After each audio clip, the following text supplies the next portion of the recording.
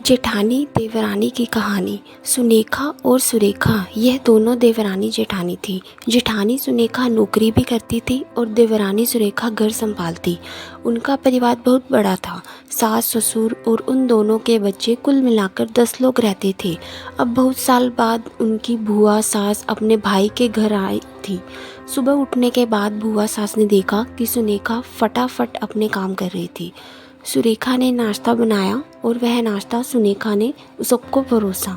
उसके बाद सुनेखा ने अपना टिफ़िन पैक किया और वह काम पर निकल गई। सुरेखा ने वापस दोपहर का खाना तैयार किया और थोड़ा वक्त अपनी सास और बुआ सास के साथ बैठी रही। बुआ सास से रहा नहीं गया। उन्होंने सुरेखा को पूछा, छोटी बहू, तुम्हारी जेठानी तुम पर बहुत हुक्म चलाती है। सुबह से देख रही हूँ रसोई घर में अकेले ही काम करती हो और वह महारानी दिखावा करने के लिए नाश्ता परोस रही थी, जैसे कि उसी ने ही नाश्ता बनाया हो। यह सुनने के बाद सुरेखा ने बुआ सास की तरफ देखा और बोली, बुआ सास जी, ऐसा कुछ नहीं है। सुनेखा दीदी बहुत अच्छी है। बुआ सास बोली, तो तुम तो बहुत भोली हो सुरेखा, मुझे सब समझ में आता है। मेरे बाल धूप में नहीं सफ़ेद हुए। सुरेखा से अब नहीं रहा गया। वह बोली, ऐसा नहीं है बुआ जी, आपको सुनैना दीदी ने सबको नाश्ता परोसा वह दिखा, पर आपको यह नहीं दिखा कि दीदी ने मुझे ज़बरदस्ती सबसे पहले नाश्ता करने दिया और चाय भी दी। वह रोज़ मुझे सबसे पहले नाश्ता देती है, नहीं तो सबके लिए नाश्ता करते करते मैं खुद के लिए नाश्ता बनाना भूल जाऊँ। दीदी मेरी कितनी चिंता करती है। दीदी सुबह जल्दी उठकर मंदिर साफ़ करती है, फूल सजा कर रखती है और मुझे उनके 1 घंटे के बाद उठाने के लिए कहती है।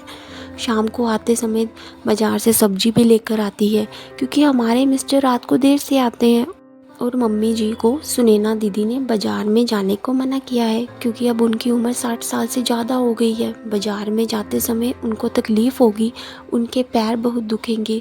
कभी उनको बाहर घूमने का मन हुआ तो सुनैना दीदी छुट्टी लेकर उनको घुमाने ले जाती है। और हाँ बुआ जी, दीदी रोज़ शाम को आने के बाद वह कितनी भी थकी हो, मुझे खाना बनाने में मदद करती है। वह मेरी बड़ी जेठानी ज़रूर है, पर मुझे अपनी छोटी बहन समझती है और मैं उनको अपनी बड़ी बहन समझती हूँ। यह सब सुनकर बुआ सास एकदम चुप हो गई। उनकी चुगली सुरेखा के आगे टिक नहीं पाई। शाम को सुनैना सब्जी की थैली सुरेखा के पास देते हुए बोली, सब्जी के साथ तुम्हारे मनपसंद लेखक की किताब भी उसमें है। यह सुनकर सुरेखा खुश हो गई। सुनैना को थैंक यू बोलकर सब्जी की थैली किचन में रखकर वह अपने रूम में चली गई। अपने में बुआ ने सुनैना को आवाज़ दी, बड़ी बहू जरा यहाँ आना। वह बोली, सुनैना तू कितनी मेहनत करके पैसे कमाती है और ऐसे फालतू में किताबें खरीदी करके मुफ्त का खर्चा करती हो, वो भी अपनी छोटी देवरानी के लिए। वह ऐसे भी घर में बैठकर क्या करती है? तुम दिन भर मेहनत करती हो और वह घर में आराम करती है।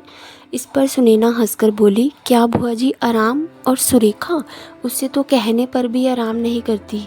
सुबह उठकर बेचारी काम करती रहती है। सबका मनपसंद खाना, मेरे और उसके मिलाकर 4 बच्चों का टिफ़िन वह सब करती है और तब भी उसके चेहरे पर हमेशा आनंद दिखता है। सुबह की चाय पीने के लिए उसके पास वक्त नहीं रहता। दोपहर को जब बच्चे घर पर आते हो तो उसका खाना, होमवर्क सब वही देखती है। इसलिए मुझे बच्चों की टेंशन नहीं है और इसलिए मैं ऑफिस में मन लगाकर काम कर पाती हूँ। कुछ दिन पहले ही मुझे प्रमोशन मिला है। इसके अलावा मम्मी जी और पापा जी की दवाइयाँ भी ख़त्म हो गई और कभी लाने हो तो वो ध्यान में रखती है। घर में कोई मेहमान आए, उनकी मेहमान नवाजी भी हो, वो करती है। बुआ जी, घर पर और बच्चे संभालना छोटी बात नहीं है। इतना सब सुनकर बुआ जी बोलती बंद हो गई। सुनैना कभी शिकायत नहीं करती, वह सब काम कर लेती है। वह सिर्फ पढ़ना पसंद करती है। फिर मैं मेरी छोटी बहन के लिए इतना नहीं कर सकती? मैं नहीं करूँगी तो कौन करेगा? इतना बोलकर सुनैना अपने रूम में चली गई।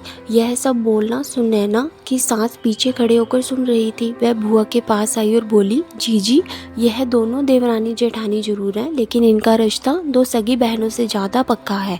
मेरे घर की मजबूत दीवारें हैं ये दोनों। पहले मैं भी एक बुरी सास थी, हमेशा इन दोनों में झगड़ा लगवाने का प्रयास करती थी, पर यह दोनों के प्यार के आगे मैं भी हार गई। वैसे भी झगड़ा लगाकर नुकसान तो मेरा ही घर का होगा ना। पर यह बात बुआ को समझ में नहीं आई। रुदन करते हुए कमरे से बाहर चली गई, क्योंकि उन दोनों में झगड़ा लगाने के लिए वह आई थी। पर सुनैना और सुरेखा, इनकी जैसे 2 समझदार देवरानी जेठानी के बीच में झगड़ा करवाना बहुत मुश्किल था। तो दोस्तों सुनैना और सुरेखा, इनकी जैसी समझदार देवरानी जेठानी जिसके घर में होगी उस घर का कोई बुरा नहीं कर सकता। जिस घर में बहुएं होगी वह घर स्वर्ग बन जाएगा। दोस्तों देवरानी जेठानी की सुंदरता पारिवारिक कहानी आपको कैसी लगी ज़रूर बताना। Thank you.